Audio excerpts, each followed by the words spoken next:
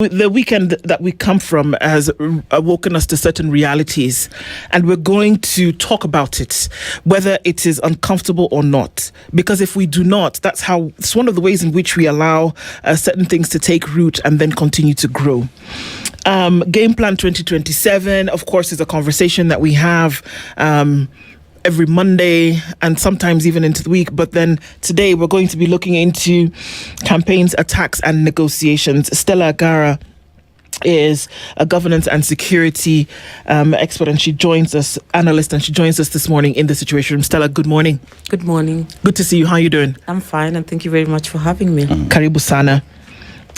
Before we get into this conversation this morning, Dennis has taken us to a different African country this week. So this country, major language is Arabic, but they also have one that is called Baba. It is written as Berber.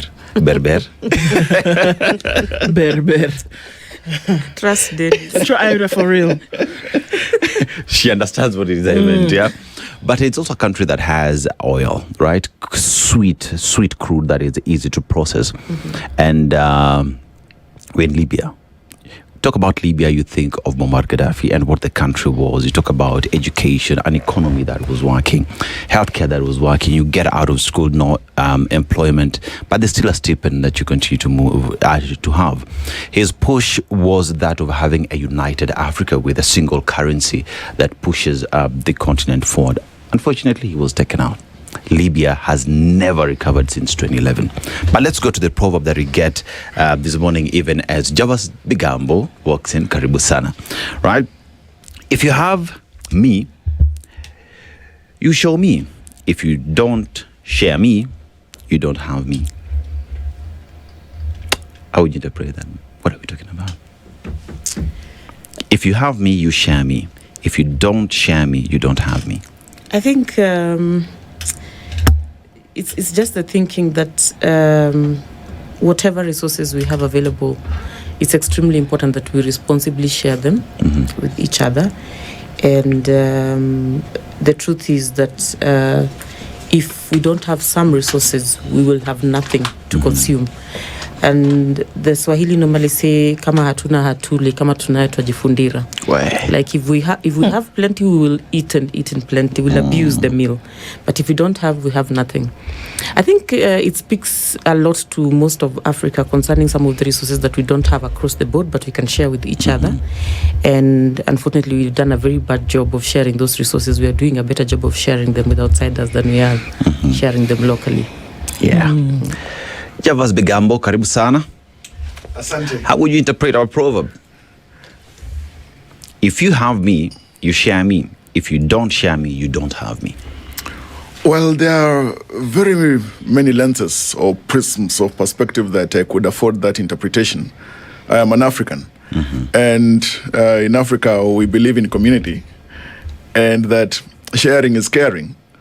But basically, I think it is an elevated perspective of the greater sense that is derived from the joy of community, sharing moments, because moments create memories. And that's just who we are, the essence of humanity. Yeah. The essence of humanity. Very interesting.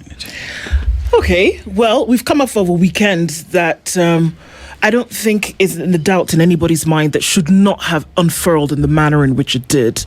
And that if it points to anything, then it's interesting because we had a couple of calls on Friday and a gentleman called in, an elderly gentleman, and he said, you know what? It's going to be bad, folks, so you need to saddle up and gear for a very, very terrible, next couple of months.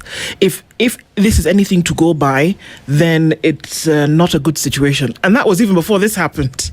And I would be interested to pick his brain this morning in terms of what he's feeling after the weekend has come and gone. But that what we did see in Kisumu and Nyahururu yesterday,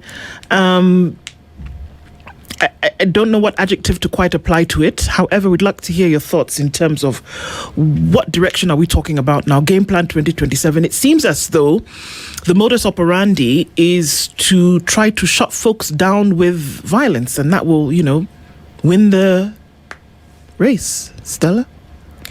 Let me start from Dennis's proverb. If you have peace, you share it. If you do not share peace, you will not have it. You definitely will not have it. I think I've been in this studio before, and I predicted that the trends that had started of violence around the elections, intolerance for rallies, intolerance for even a conversation, the pronouncements that politicians have been making were definitely a sign that the 2027 elections were going to be problematic. I had also warned very early that this is definitely going to, first of all, sideline the women of this country before it sidelines anybody else, because the first group that you send away is the group that is averse to violence, and then the next group that is going to follow is a group of younger voters who don't necessarily want to engage in I don't have good words to call it for now, but basically a battle of thoraxes in the country. And I think this weekend is just an escalation of a matter that will continue if we don't do something about it. I'm also troubled by the fact that there's a bit of gaslighting from the government. I don't know why a Kenyan on the street is complaining about violence, electoral violence, and talking about peace and how we should maintain it. And then the Cabinet Secretary for Interior is also complaining about violence and accusing someone for it. And then the PS is also talking about violence and accusing someone for it. I imagine that citizens can complain, and they should complain because they have paid taxes in order for someone to provide security. They have also ceded power to a government to protect them and protect their property. And so they can complain, they can wallow about it. But the person who is receiving these taxes, who is sitting in office to provide this security, cannot be found complaining with the rest of the citizens. So the question I'm asking is, and I've had several names being mentioned, people being accused of organizing the violence. I don't know why they have not been arrested. I don't know why nothing has been done to them. The CS cannot be complaining about these people committing those crimes, and yet there's no police action to arrest these people. The other thing that I'm deeply concerned about is the fact that even without the arrests, we are seeing people brandishing uniform weapons. You know, when violence is spontaneous, people come with what they have at home. Stone. So, for example, you will not have standard rungus. The Maasais have a unique rungu. Luos have a unique rungu. How is it that we have standard rungus being used in the situation? In the year 2007, the current MP for Budalangi was in a bit of trouble around the election because his brother and some two gentlemen were found driving a vehicle registered in his name, and he had the same rungus we are seeing today, and machetes and some Somali knives in the vehicle. He was not even found in the vehicle, but he had to be presented to the police, and he had to record a statement, and the vehicle was impounded for some days. Well, I'm lost for words why he's in office today after that event. But the bottom line is that possibly he found a way to defend himself because he was not the one who was driving the vehicle. However, at least then, we saw some action from the Independent Electoral Commission. We saw some action from the police, the arrested. Today, the police are on the same side as the rungu brandishing people. It would be difficult to convince anyone that the state is not involved in this kind of violence. And the question I'm asking myself is this really where we want to take our nation? Is this really the direction we want to take as a people? Are we not forewarned after what we saw in the year 2007 about where this could lead to? We have neighbors who have been in conflict for a very, very long time. And one of the things that we have been celebrating as a nation, even when we were with our dictator of dictators, Moi, is that we were saying Kenya has continued to be a sea rather than an island of peace in a sea of violence. Is it that we haven't seen enough from our neighbors to know that we should treasure the peace that we have? And the question again that I have today, this morning, for our politicians is it that bad? Do you truly have to take politics and by all means, including allowing for everybody to die and blood to be shed all over? I think we must ask ourselves very difficult questions. I mean, Jeffers, today as we sit in this studio, we're just from a very difficult weekend where we saw what happened in what would be a peaceful rally that was ongoing well, gunshots, a driver to a governor, rubber bullets on the chest. You look at what happened in Kisumu, and one asks the question, where is the government? Where is the police? As the people who've been given the power to have all the weapons, to have monopoly of violence, to protect property and human life. Like Stella is saying, government is complaining together with wananchi, which shouldn't be the case, because that speaks to individuals who do not know their job and shouldn't be there to start with. Why the lull? Why the silence? You ask the question, where is the government? I think I would invert it. Where is our sanity as a people? Where is our sanity? Because we seem to be riding on the crest of our savageness and blind to the realities of the humaneness that perpetuate community, which makes progress possible. And I read somewhere, and we're coming from the weekend, in the scripture, that since the days of John the Baptist, the kingdom of heaven has suffered violence, and the violent take it by force. And so it seems with our political kingdom. Now, of course, in scripture does not necessarily mean the violence that is propagated by weaponry. But I think when we appreciate the history of our times, even former times, we on this part of the globe, the southern part, particularly Africa, and here in Kenya in particular, we have made politics extremely, yes, competitive, fearsome, and a matter of do or die, as though our own individual lives depend on it, so much that people are willing to put anything on the line to achieve their ends in politics, whether they are aligned to government, opposition, etc.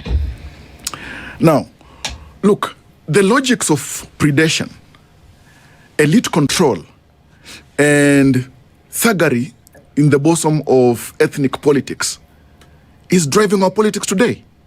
Look, every by-election in this country has had high stakes. Cases of violence reported. Yes, we have seen complaints and early warning about cases of violence, but we believe in a constitutional democracy that we are under the rule of law. Now, you ask, where is government? We have got institutions in place, Dennis. We have got the IEBC. We have got the Elections Act, Offences Act, the IEBC Act itself. We have got the Electoral Code of Conduct. And when you look at the wholesomeness of the Electoral Code of Conduct, IEBC has got all the powers through its committee to subpoena any person, any political party, even government, to avail whether it's documents, any material evidence that can be helpful in investigations, so that persons who are culpable can be brought to book. When you also appreciate the import of Article 157 of the Constitution, the Office of the Director of Public Prosecutions, where power to prosecute is vested, is supposed to exercise the mandate of that office for public good. Now, these are the institutions that are supposed to act out for the benefit of the people. Just recently, we had the CS for Interior, Honorable Kipchumba Murkomen, in fact warning, and that's the officials indicating that even as we head to the election of 2027, any persons that will be found culpable on matters incitement, occasioning violence, will be brought to book. And in fact, just a minute, in fact, he even called out Honorable Rigathi Gachagua and said that even him is not above the law, and any person, whether government side or any person, will be held to account. And of course, we even had these supporters and friends indicating that if government dares do that, then they will know why is it that chicken do not have teeth. They do actually, but okay. Yeah. Now, you see, that is the kind of It's impunity. just a joke, sorry. The kind of impunity in which we live. That some politicians think that because they are overzealous about the control they have in particular areas and regions, and for me, I've in fact, Dennis, here in this studio, on this seat, I have castigated Rigathi Gachagua for the kind of politics he's continued to play. I've called him out for who he is, an overzealous tribal bigot, and a village tyrant who thinks that the country should kowtow to him just because of the control that he has Javas, on Mount Kenya. One still Now, asks the question. IEBC, IPOA, ODPP, and police operate in an ecosystem in a country called Kenya.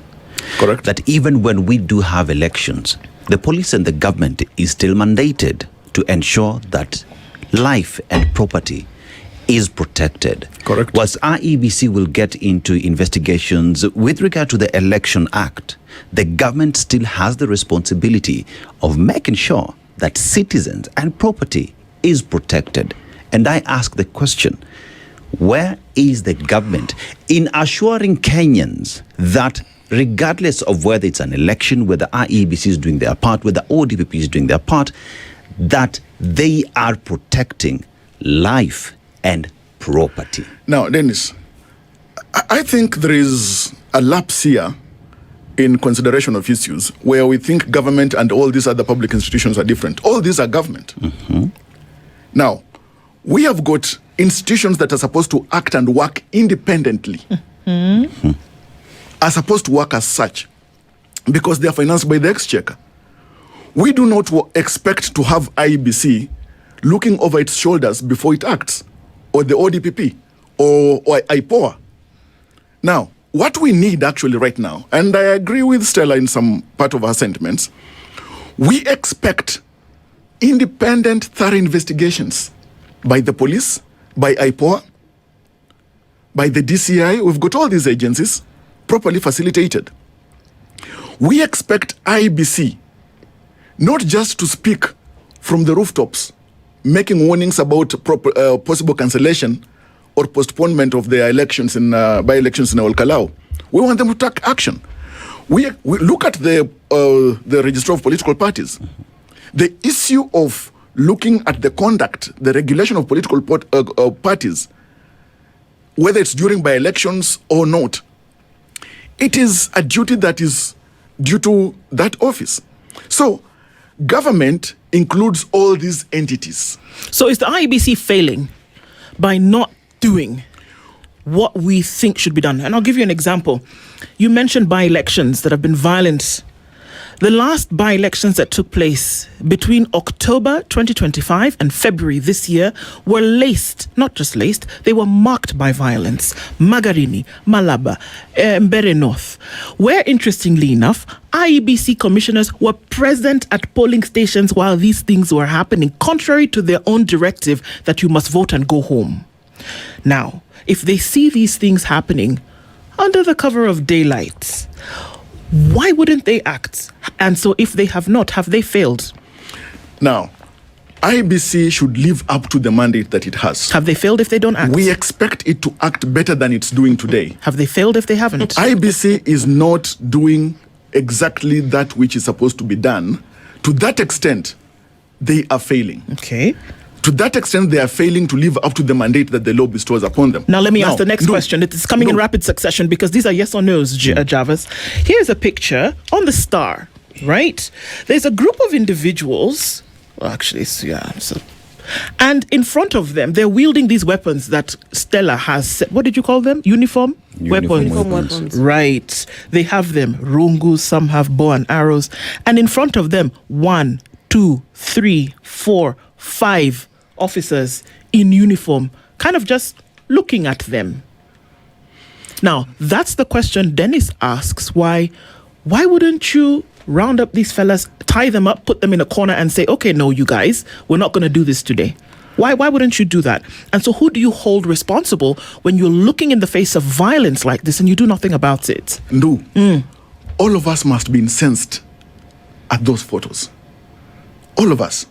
In fact, this morning, and as we are looking at all the news emerging from the events of the weekend, the Inspector General of Police must respond to all these issues and take action. Why is it that the IG of Police is not acting in these circumstances? That is the duty of the Inspector General of Police. Now, the other thing is this.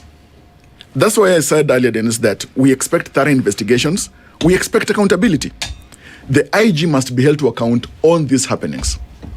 The other thing is this. This issue is not just about government alone. And that's why I asked, where is our sanity?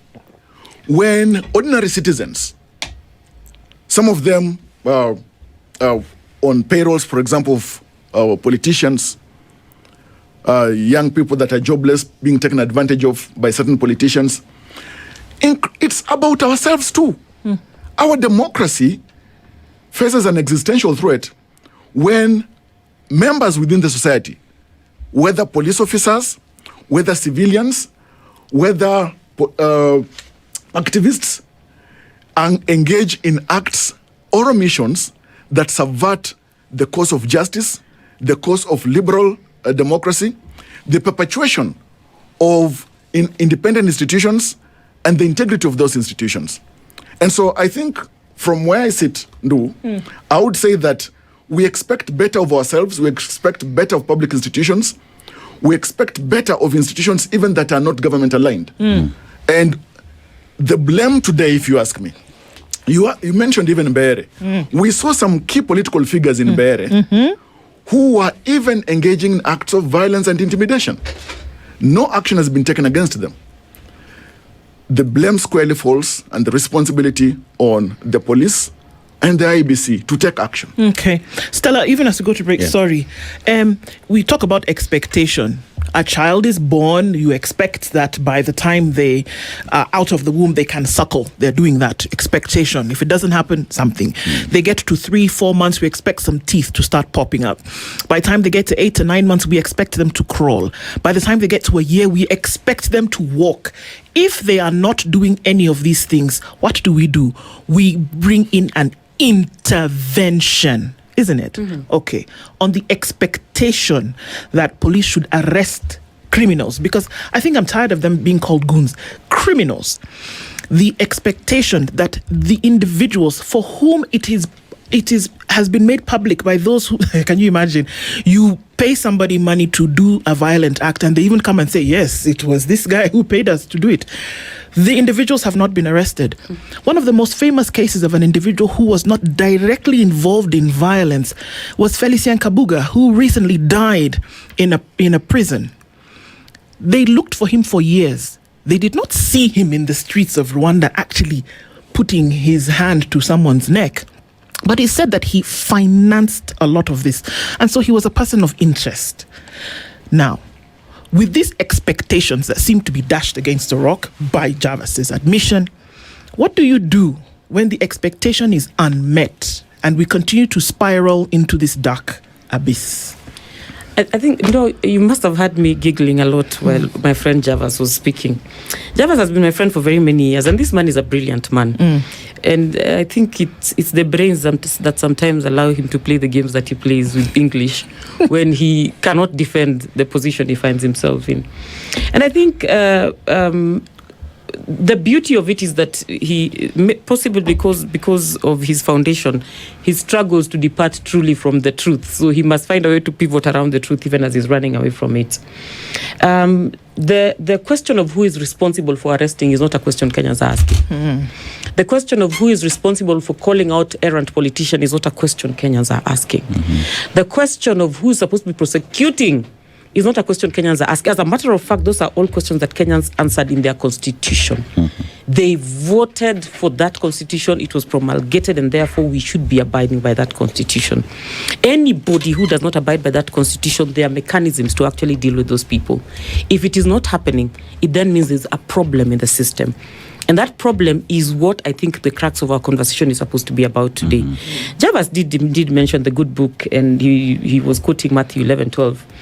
that says, since the times of John the Baptist, the kingdom of heaven has suffered violence, and the violent take it by force.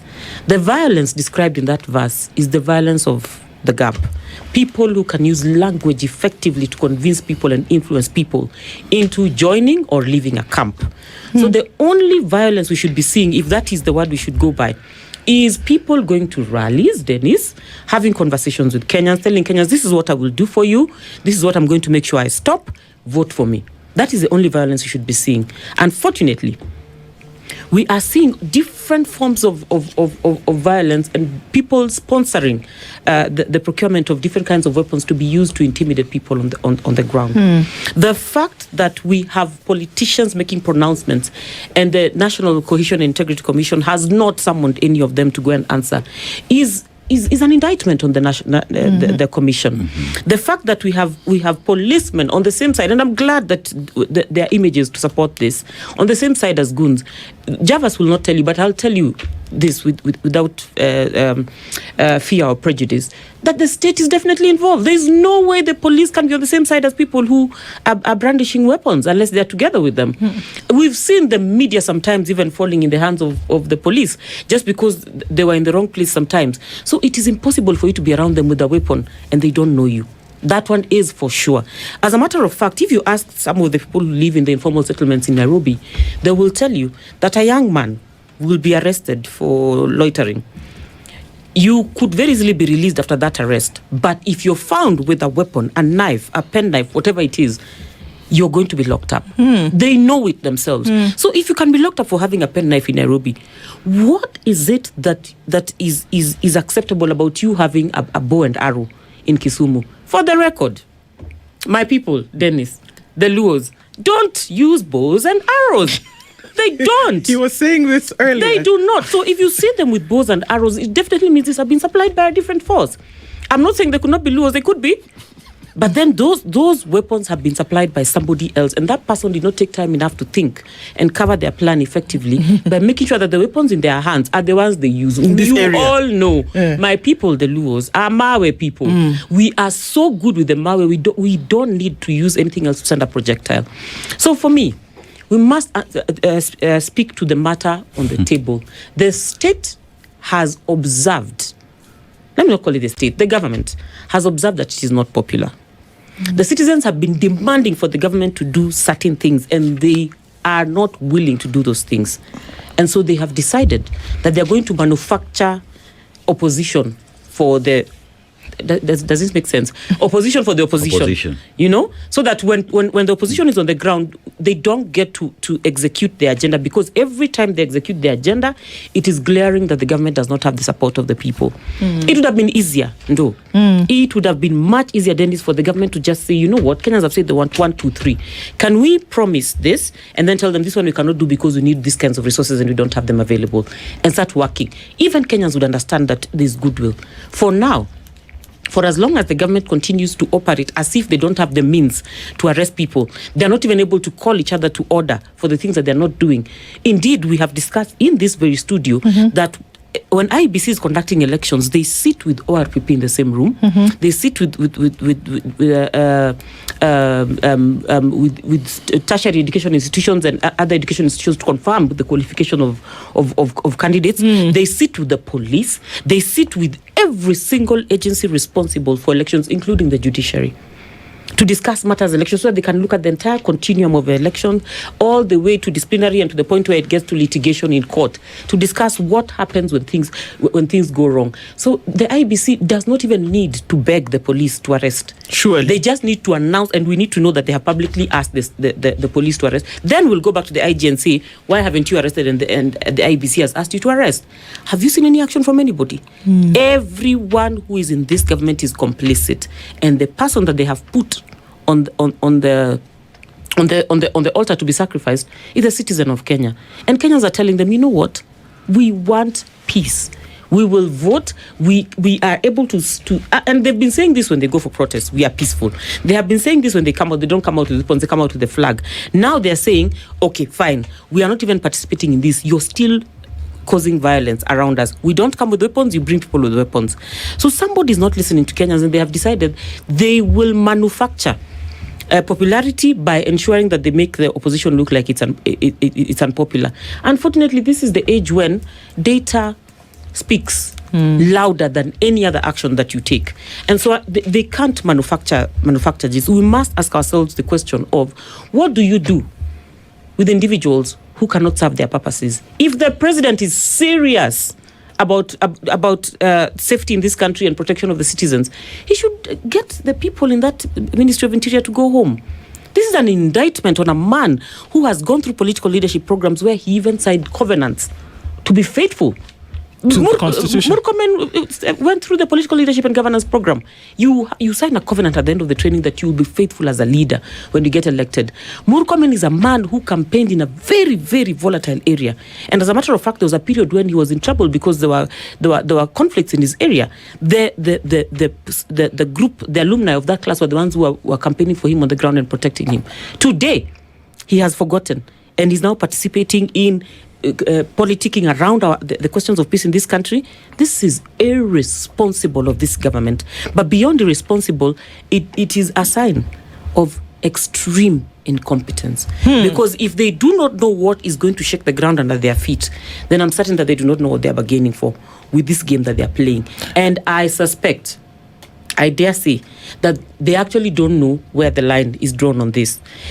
If you hand over a good constitution to people who did not believe in it, to people who did not even believe in the processes that Craig La, Kofi Annan, etc. were working on, then this is the result that you get.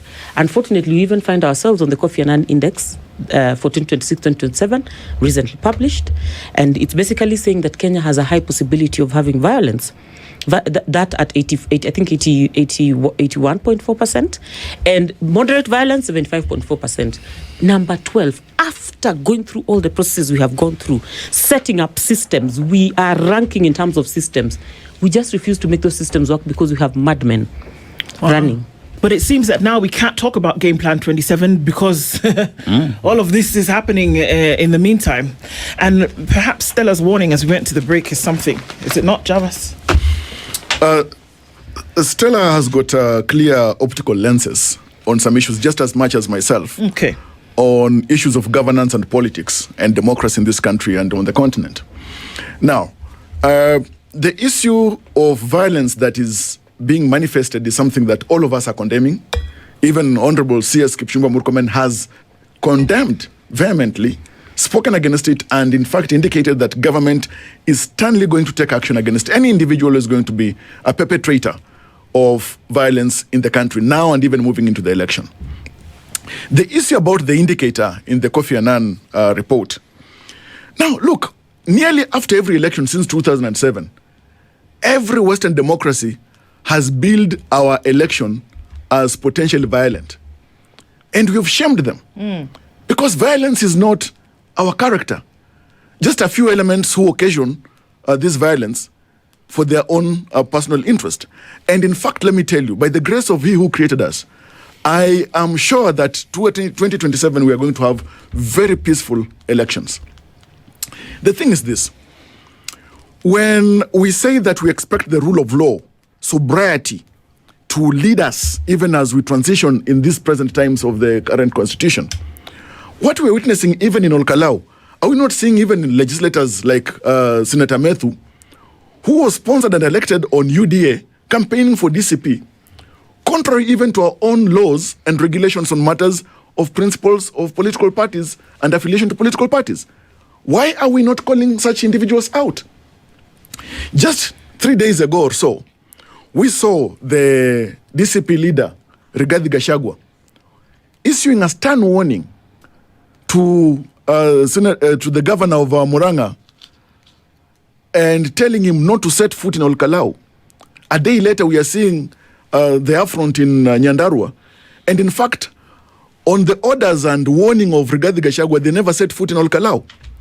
I mean, this ethnic warlordship is what we must also condemn, because it is a barometer, an indicator of what lies ahead about the characters of certain politicians who think that they are playing God in the control of regions in our politics.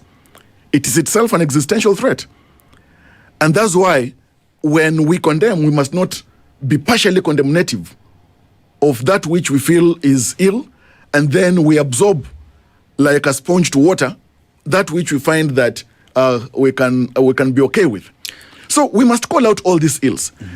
The thing about, for example, the bows and arrows and the wooden batons. Look, of course, it is improper that people should carry weapons whenever we are having campaigns. It's criminal. We can just call it that. It's criminal. Yeah. And even when you look at the code of conduct, electoral code of conduct, from regulation 10 all the way to 20, actually to 19, IBC can, in fact, when it has sufficient evidence, recommend prosecution of certain individuals to the Office of the Director of Public Prosecutions.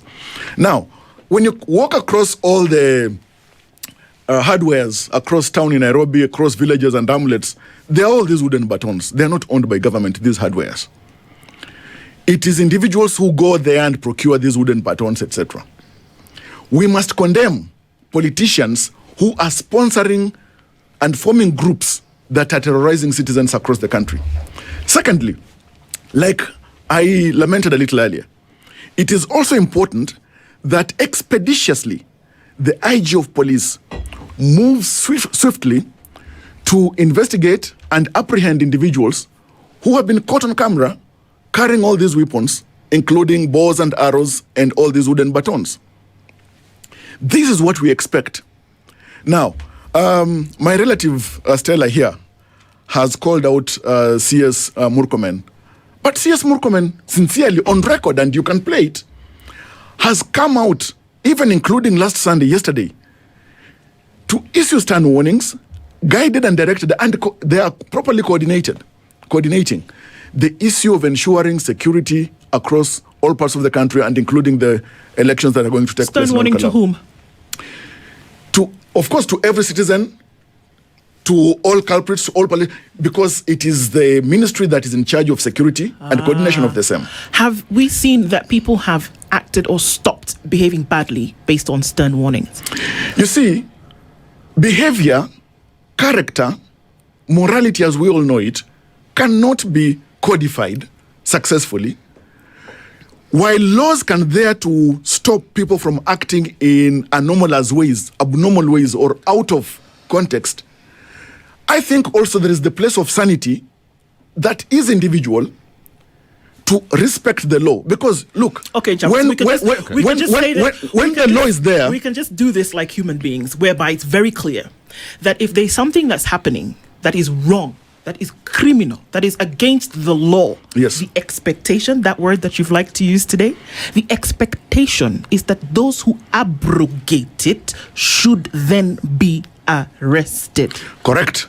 And period. Not warning, condemning, all of this. It's been happening for too long, and it's not yielded. And you remember the situation in Kehumbu a few weeks ago, where one person lost their life. Actually, two died. Actually, two later on. And a number of persons injured. We've seen that a couple of individuals have been apprehended and to be arraigned in court on the charges related to the same. We must all condemn acts of violence. Isn't it not curious, for example, where we sit even this morning, that somebody like Rigathi Gachagua, Kalonzo Musyoka have not even condemned the violence in Nyahururu and even in Kisumu, after Rigathi Gachagua himself warned an opposition faction from going to Olkalau? Is he not a party possibly that could be behind some of these happenings? Could it? Now, it's possible. Yeah.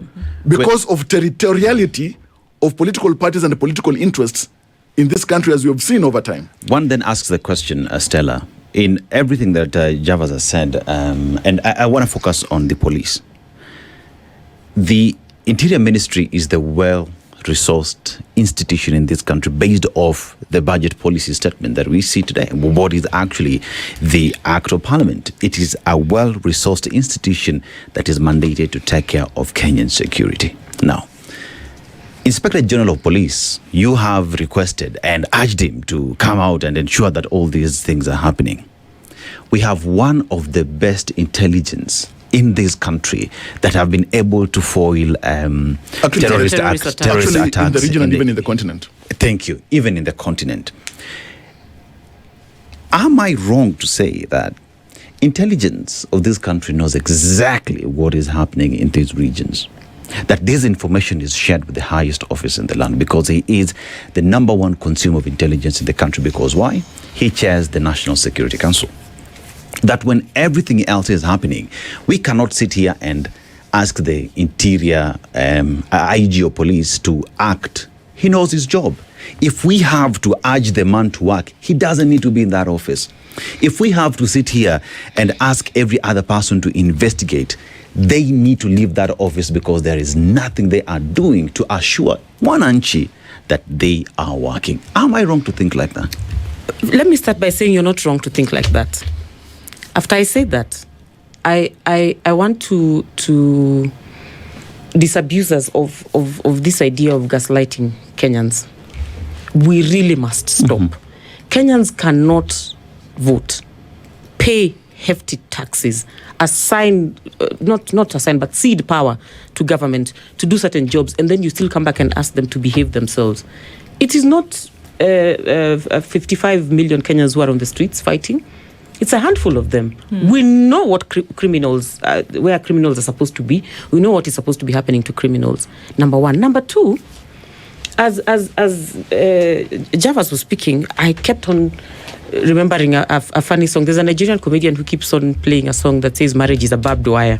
And the reason why that song was playing in my head is because I am just thinking of the barbed wire that keeps on showing up early in the morning on the days of protests. I don't think the police instruct themselves to put that barbed wire on the streets of Nairobi. I don't think they instruct themselves on stopping Kenyans from protesting, because if they were to act by the law, they know they should not stop Kenyans who have given them notices of protest from protesting. They know. So what am I saying? That Javas is not going to say in this room. There is interference with the police. Assuming you saw nothing else. You know, we've seen IG Kanja before these days that we've been, like, at least before the last 6 months. So we know the difference between a bold IG and an IG who is under siege. We know a man who's under the influence of something. And the truth is, I don't even know what is currently influencing him. But I know there are too many hands that are tugging and pulling. Because otherwise, we wouldn't have these gentlemen. Otherwise, we wouldn't be having this. Yes. Of criminals. Yes. Number one. Number two, before this matter became as sensitive as it is now, there was a day he said he does not know who those people who are wielding batons are. And then when he got a bit of a shaking here and there, he actually stopped talking about it. These days, he just stands quietly, as if he's not the IG. What am I saying? I am saying that the police do not have the independence that Javas rightly claims they should be having as they execute their duties. If they did, they would not be moving on the same side with people who have weapons, number one. Number two, they would not also be allowing themselves to be accused this much. Do you think that the IG does not want to have a good record? He's about to retire. Do you think he wants to leave a legacy of claims that he was incompetent after his entire career? This is a man who's under siege. I can't claim like Rigathi Gachagua that I know what kind of siege that the IG is in, but he's under siege. The other question I'm asking myself, why or what is it that is influencing their actions that they're so afraid of that they cannot do their job? Because the Constitution guarantees their independence. Nobody can fire the IG if he decides to arrest those people today. As a matter of fact, if he even attempts to expose and say who they are, nobody can stop him. Nobody can tell him anything. Why is he not going against those forces to do what he needs to do for Kenyans? The CS for Interior is my target today in this conversation, because I know a time when Matiang'i was in the same ministry, and I remember a lady called Yvonne Afsositi. We all know her. She makes beautiful dresses, African dresses. Was attacked on the Eastern bypass, and she was with her babies in the cars, and she was really shaken and everything. And she wrote her story, I think, on Facebook or something, somewhere, social media. She wrote the story on a day like today. She accounts that she received a phone call from Matiang'i himself. And within no time, the gangs that were attacking people on the Eastern bypass were dealt with. Our cabinet secretary had the time to call a citizen I've not even seen Matiang'i wearing too many African outfits, so I don't think it's because he was his client. He was Yvonne's client. He just chose to act on the matter because Kenya needs to be safe for businessmen. It needs to be safe for women. It needs to be safe for children. It needs to be safe for the youth of this country. It needs to be safe for everyone. That anybody who does not want to comply with the constitution needs to be dealt with. So if a CS could call a business lady who just makes beautiful bespoke outfits for people, why not call the IG and find out from the IG what is going wrong and come back and tell Kenyans this is why the IG cannot arrest those people? All right. If not, then tell us who these people brandishing batons are. Because this row of people who are in Kisumu yesterday, where is it? Kisumu, yes? Kisumu. Yesterday, they were not far. If there are people who are looking at those images, there are people who know that is my brother, that is my cousin. So is the government of Kenya saying that with a powerful national intelligence system, they have no capacity to know who those people are? Yet they were able to trace every single Gen Z who was on the street and abduct them and go and interrogate them and then release them. What are we saying? Why are we playing these games with the lives of Kenya? Why are we playing these games with a nation that has taken so long to bring to this place? And the question I asked that I'm going to keep asking is, what is this about this politics that is so big that we're willing to finish this nation in the process of trying to achieve political power? Honestly, we are completely out of order. The buck stops at the CS for Interior. If the matter was feeding and farming, we would not even be mentioning Interior CS. But since it's the last time we were here discussing disasters and water and the floods in Nairobi, we did not mention his name because it was not his responsibility. Today, the assignment, anything that happens in this country concerning security, the buck stops at his desk. He and his peers should be the ones answering to us why the system is not working. Nobody is being reprimanded. We have not seen anybody being arrested and no action is being taken. Yet, we all know that there is someone instigating this violence. Citizens don't organize in that uniform manner. They do not. This is not spontaneous. Do not tell me that the opposition is facing opposition from their strongholds. For heaven's sake, Kisumu is fighting. No. But you see, Ndu, in final words, let's face it. Whenever government has taken stern action, there has also been lamentations. Now, look, agreeably, there is choreographed and coordinated effort to mudsling the PS for Interior, Dr. Raymond Omolo, and CS for Interior, Kipchumba Murkomen, when they actually taken stern action and properly superintending matters security and coordination of government business in the country. The issue about investigating and apprehension or apprehending individuals who are involved in all these skirmishes, we have said that we actually rightfully expect the police to conduct this business as quick as possible. The thing is this: let us have institutions and give them time to do their work, because they are best placed to do their work than us. The other thing is this: we must actually not try to push our nation to the cliff in the name of politics. Politicians and what they are doing in the do or die, trying to ensure that they win a seat and not lose it. Because look, for DCP, they think that because they don't have even any legislature in parliament, they think that this is a question of making a point.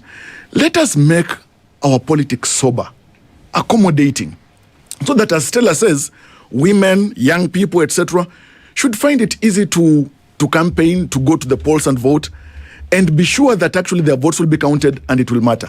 Okay. That's the kind of democracy that we expect. That's the kind of democracy I'm sure that's going to survive in this country. The conversation continues, and it still needs to be pushed.